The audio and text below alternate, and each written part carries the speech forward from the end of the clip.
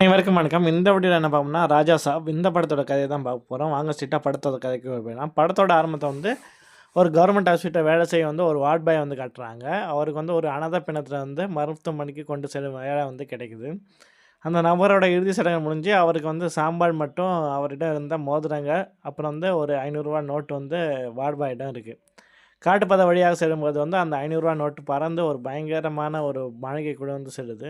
அந்த ward boy வந்து அத எடுத்து உள்ள போம்போது அவரிடம் இருந்த சாம்பல் திடீர்னு பேயா மாறி, அந்த வார்டு பாய வந்து அந்த மாளிகையில வந்து சிறைப்பிடிக்குது. இப்ப வந்து அடுத்ததா வந்து கிராமத்தில வந்து தனது பாட்டி கங்காதேவியுடன் வசிக்கும் ராஜா சாப வந்து காட்டுறாங்க. பாட்டிக்கு வந்து அல்சைமர் பாதிப்பு வந்து இருக்கு. ஆனா வந்து அவர் ஒருவர மட்டும் மறப்பதில்ல. அவர் தான் வந்து யாருன்னா வந்து தன்னோட கணவர் கனகராஜ். ஒரு திருடன தேடி போனவர வந்து அ அதுக்கப்புறம் வந்து காணாம போயிட்டாரு. வீட்டுக்கு வரவே இல்ல. ராஜா வந்து ஒரு ஜாலியான இளைஞர். அதே பகுதியை சேர்ந்த அனிதான்ற பெண் வந்து ராஜா வந்து விரும்புறாங்க. திருமணம் செய்யணும்னு நினைக்கிறாங்க. ஆனா வந்து ராஜா வந்து அந்த பெண்ண வந்து காசுக்காக மட்டும் யூஸ் பண்ணிக்கிறான். ராஜாவோட பெற்றோர் வந்து சின்ன வயதிலே வந்து இதானதால அவங்களோட பாட்டி தான் வந்து உலகம்.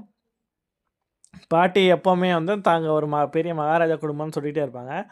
ஆனா வந்து ராஜா வந்து அத நம்பாம வந்து கிண்டல் பண்ணிட்டு இருப்பாங்க. பாட்டியோட ஆசைப்படி தனது தாத்தா வந்து கண்டுபிடிக்க வந்து ராஜா வந்து முடிவு பண்ணுவாரு. ஆனா வந்து தன் நண்பன் காட்டிய புகைப்படத்தின் மூலமா வந்து தாத்தா வந்து ஹைதராபாத்தோட சார்மினார் பகுதியில் இருப்பதா வந்து தெரிஞ்சு, ராஜா வந்து கிளம்பி வந்து ஹைதராபாத் வந்து கிளம்பி வந்து போவாரு. அங்க ஹைதராபாத் போனோனே தன் மாமா வந்து போலீஸ்காரரா வந்து இருப்பாரு. அவர் ஹெல்ப்போட வந்து ஹைதராபாத் வந்து போறாரு. அங்க வந்து பெஸ்ஸிங்கிற ஒரு பெண்ண வந்து பார்க்குறாரு. பார்த்தோனே வந்து லவ் பண்ண ஆரம்பிக்கிறாரு. பெஸ்ஸி வந்து ஒரு சர்ச்சுல வந்து போறாங்க. அங்க ஒரு சிறுமியோட இதய அறுவை சிகிச்சைக்காக வந்து மக்கள் வந்து பணம் திரட்டிட்டு இருக்காங்க.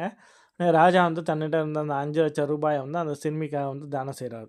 இத கண்டு வந்து பெஸ்ஸிக்கு வந்து அவன வந்து விரும்புறா. ஆனா வந்து பெஸ்ஸி வந்து ஒரு கன்னியாஸ்திரியா ஆகப் போறான்னு வந்து ராஜாவுக்கு வந்து தெரியாது.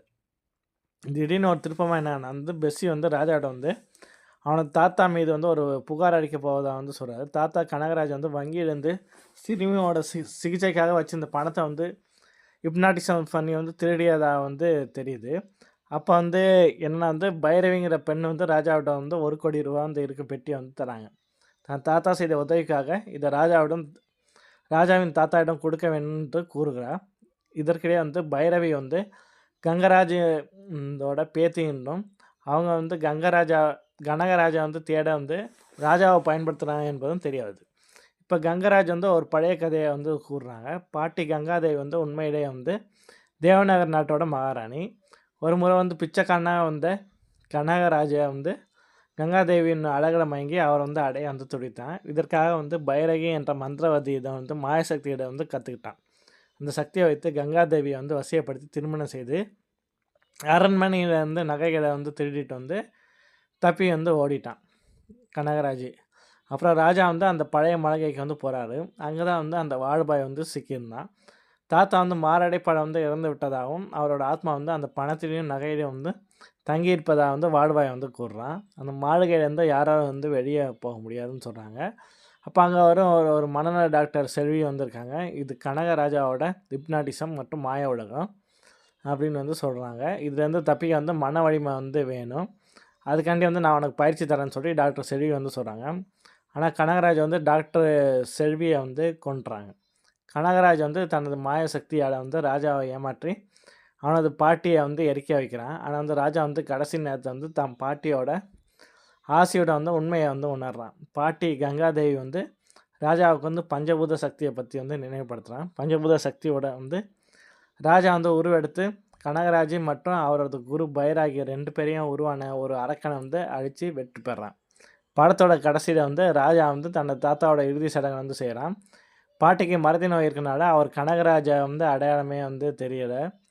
இது வந்து ராஜாவுக்கு வந்து நிம்மதி வந்து தருது. படத்தோட இறுதியில வந்து ஜோக்கர் உடையருக்கும் ராஜா போன்ற மற்றொரு நபர தோன்றி 2ஆம் பாகத்துக்கு வந்து அடித்தளம் வந்து போடுறாங்க. இதோட இந்த படத்தோட கதை வந்து முடியுது. நன்றி.